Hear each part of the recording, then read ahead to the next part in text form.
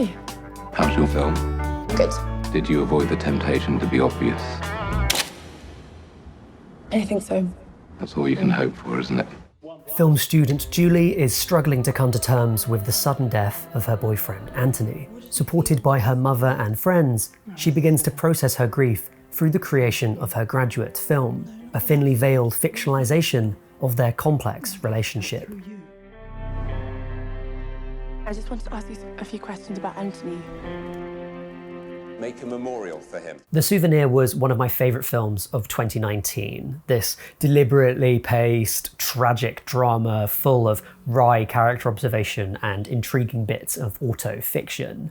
And it's that last element that really comes to the fore in this sequel. Consumed with grief, Julie only really has space for Anthony in her head, and so she ditches her social realist aspirations and builds on his ideas about how important grand old Hollywood musicals were to create this surreal grad film that riffs off beats of their relationship. Unsurprisingly, this difficult emotional territory makes for a very fraught production.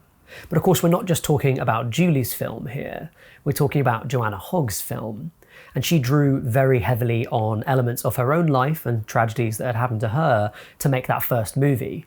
And so this is as much about Julie reflecting on the events of that film as it is about Joanna Hogg reflecting on fictionalizing that part of her life.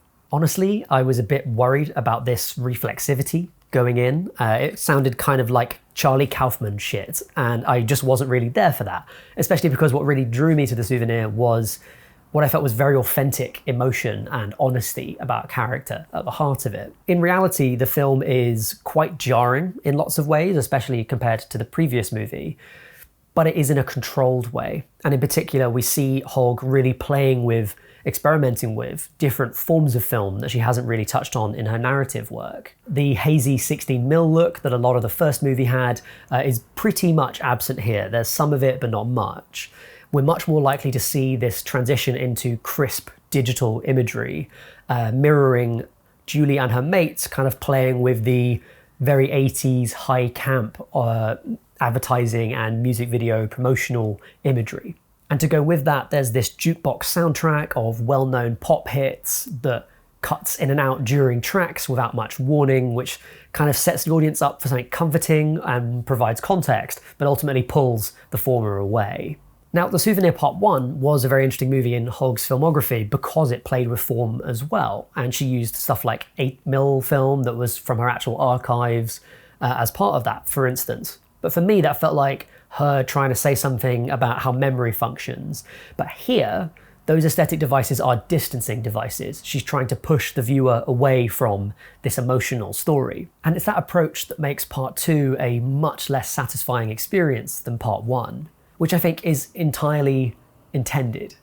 You see, Part 1 is this self-contained emotional story, and Part 2 is a sprawling intellectual essay. I think almost like Part 2 was a bad subtitle because it's not really a sequel to the first film so much as it is a bit of critical discourse about the themes and ideas of the first film. Which probably sounds awfully dry, and I certainly think you could say that this film is for Hogg more than it is for an audience.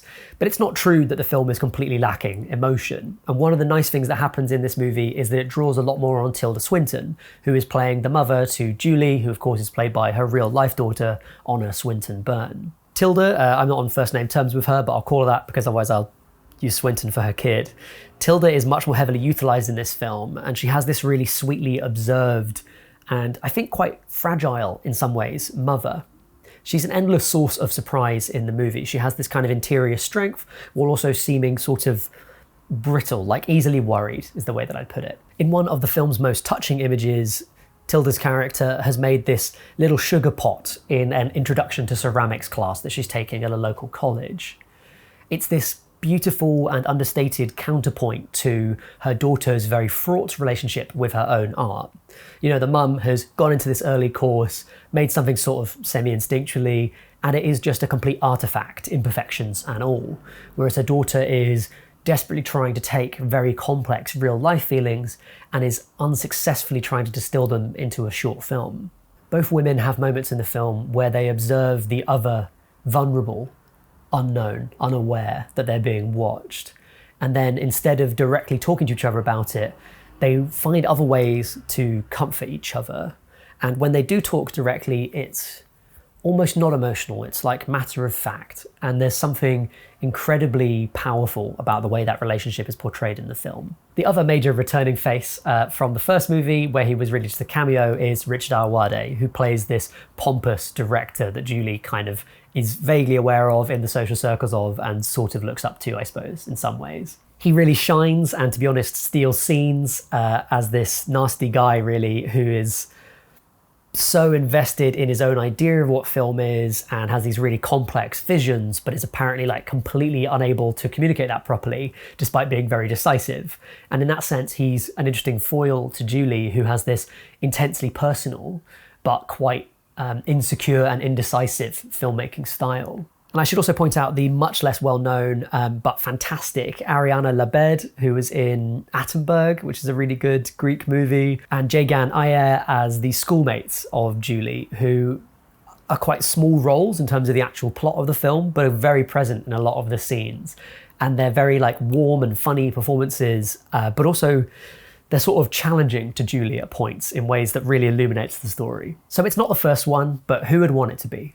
Reflecting the stylistic ambition of its predecessor while interrogating its intellectual, moral and ethical beats, The Souvenir Part 2 is a distinctive and engaging sequel. Hope you enjoyed watching my review, and just wanted to point it out in case you didn't know that I actually have a Patreon. So if you've enjoyed watching my videos over the years, or maybe you're a new subscriber who likes my style, if you want to help keep indietrix free of ads and free of editorializing, then you can support me for as much as a coffee a month. And now that the shilling's out of the way, let's have a chat in the comments below about this fascinating movie.